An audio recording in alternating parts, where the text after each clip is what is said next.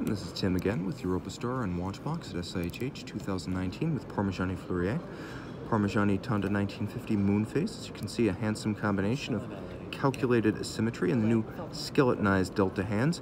The timepiece featuring a matte frosted or opaline style anthracite dial with a somewhat darker charcoal chapter ring for the minutes of the day, all applique rose gold indices, modular lug style case, and of course the micro rotor caliper PF 701, or pardon me, 708 on the case back. This is a new model for 2019 at Parmigiani Fleurier.